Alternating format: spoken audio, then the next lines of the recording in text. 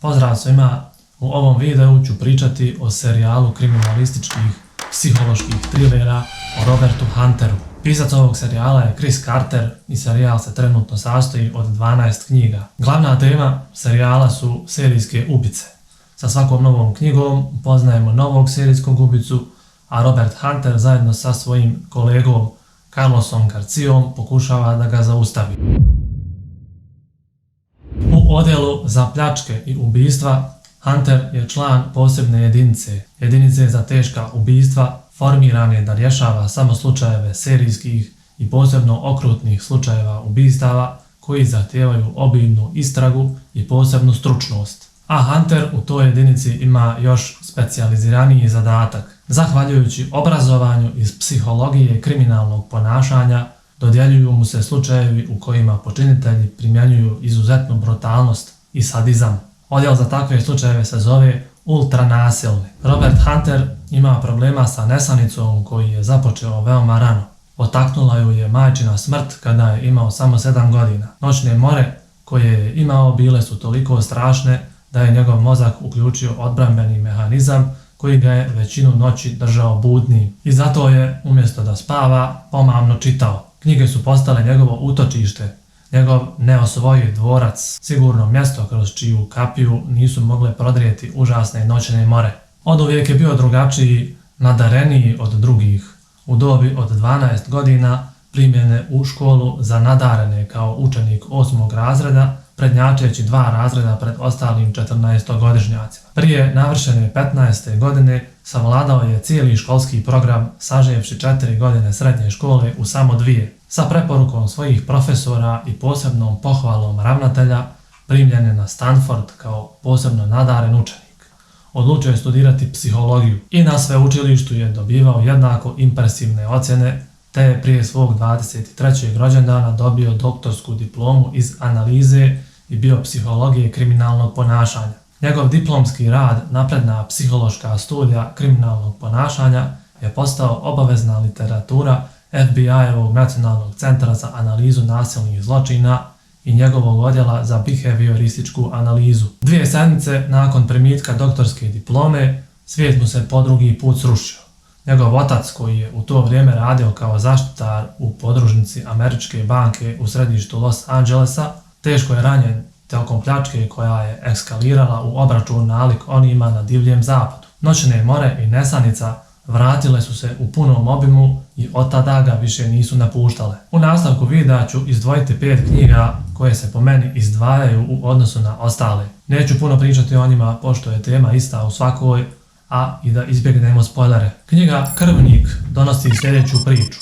U crkvi u Los Angelesu na oltaru u lokvi krvi leži pažljivo namješteno obezglavljeno tijelo svećenika i on je ubijen na način kojeg se najviše bojao, kao i ostale žrtve sadističkog serijskog ubice. Robert Hunter i njegov partner Carlos Garcia nemaju nikakvih tragova ni svjedoka. Prvo trebaju otkriti šta povezuje ubijene i motive njihovih smrti. Hunter se suočava sa neuhvatljivim i sadističkim ubicom, sa nekim ko je veoma metodičan, organizovan i ima puno informacija o svojim žrtvama. Sa nekim ko može osjetiti šta njegove žrtve najviše plaši. Sa nekim ko je spreman na sve i učinit će sve samo da odradi ono što je zacrtao u svom umu. Tome svjedoče prilično brutalne i neprijatne scene zločina. Pored toga, Hunter dobija novog nadređenog, a to je kapetanica Barbara Blake, koja ne trpi ničija, pa bilo da je to gradonačelnik ili njen detektiv Robert Hunter koji nekada zna da radi na svoju ruku. U knjizi koja nosi naziv Kipar, jedna studentica, njegovateljica, doživi najveći šok u životu kada otkrije svog pacijenta, tužitelja Dereka Nicholsona, brutalno ubijenog u krevetu. Ubistvo izgleda besmisleno. Nicholson je neizlječivo bolestan,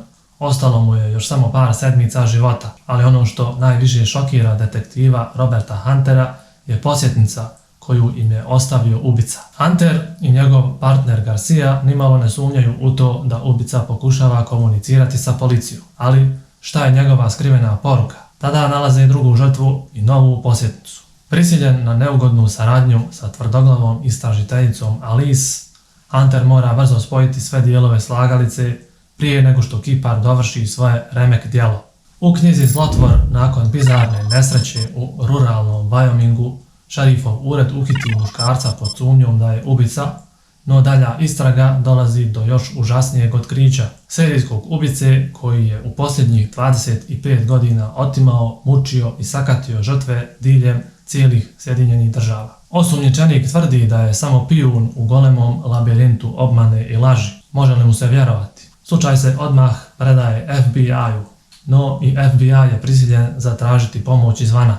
Bivši behavioristički psiholog i vodeći detektiv jedinice za teške zločine u LAPD-u, Robert Hunter, zamoljen je da obavi niz razgovora sa uhićenim muškarcem. Tim razgovorima počinju se otkrivati užasne tajne koje niko nije mogao predvidjeti, jednako kao ni pravi identitet ubice koji je toliko nedostižan i neuhvatljiv da čak ni FBI nije imao pojma da uopće postoji. Sve do sad. Robert Hunter se mora suočiti sa svojom prošlošću da bi nadmudrio najizopačenijeg ubicu u svom životu. Ovo je jedina knjiga u serijalu koja će kasnije dobiti direktan nastavak, a to je knjiga Lov na zlotvora. Galerija mrtvih je knjiga koja donosi sljedeću priču. Prvo što su detektivi Hunter i Garcia čuli od policajca na čijem području se dogodio zločin je: 37 godina radim u policiji i kada bih morao izabrati jednu stvar koju bih htio izbrisati iz pamćenja, to bi bilo ono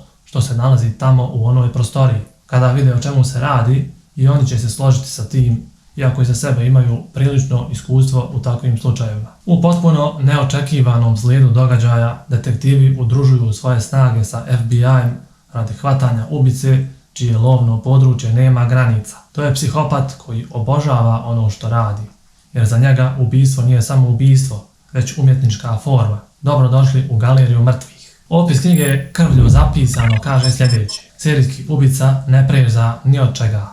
Ukradeno je njegovo najdragocjenije vlasništvo, sada ga pod svaku cijenu mora vratiti. Djevojka Angela Wood želi muškarcu očitati lekciju. Radi se o torbi posve običnoj, poput svake druge torbe, no kad je otvori, započne najgora noćna mora u njezinom životu. Dnevnik završi na stolu Roberta Huntera. Ubrzo postaje očito da je serijski ubica na svom ubilačkom pohodu. Ne zaustavi li ga na vrijeme, umrijeće još više ljudi. Priča u ovoj knjizi je jedinstvena kao i sve prethodne Carterove knjige. Pisac bi vas mogao šokirati detaljima koje uspijeva prikazati kroz svoje pisanje, što samo pokazuje da je velika količina istraživanja uložena u to. Bilo bi to sve za ovaj video. Hvala vam na pažnji i želim vam ugodan dan.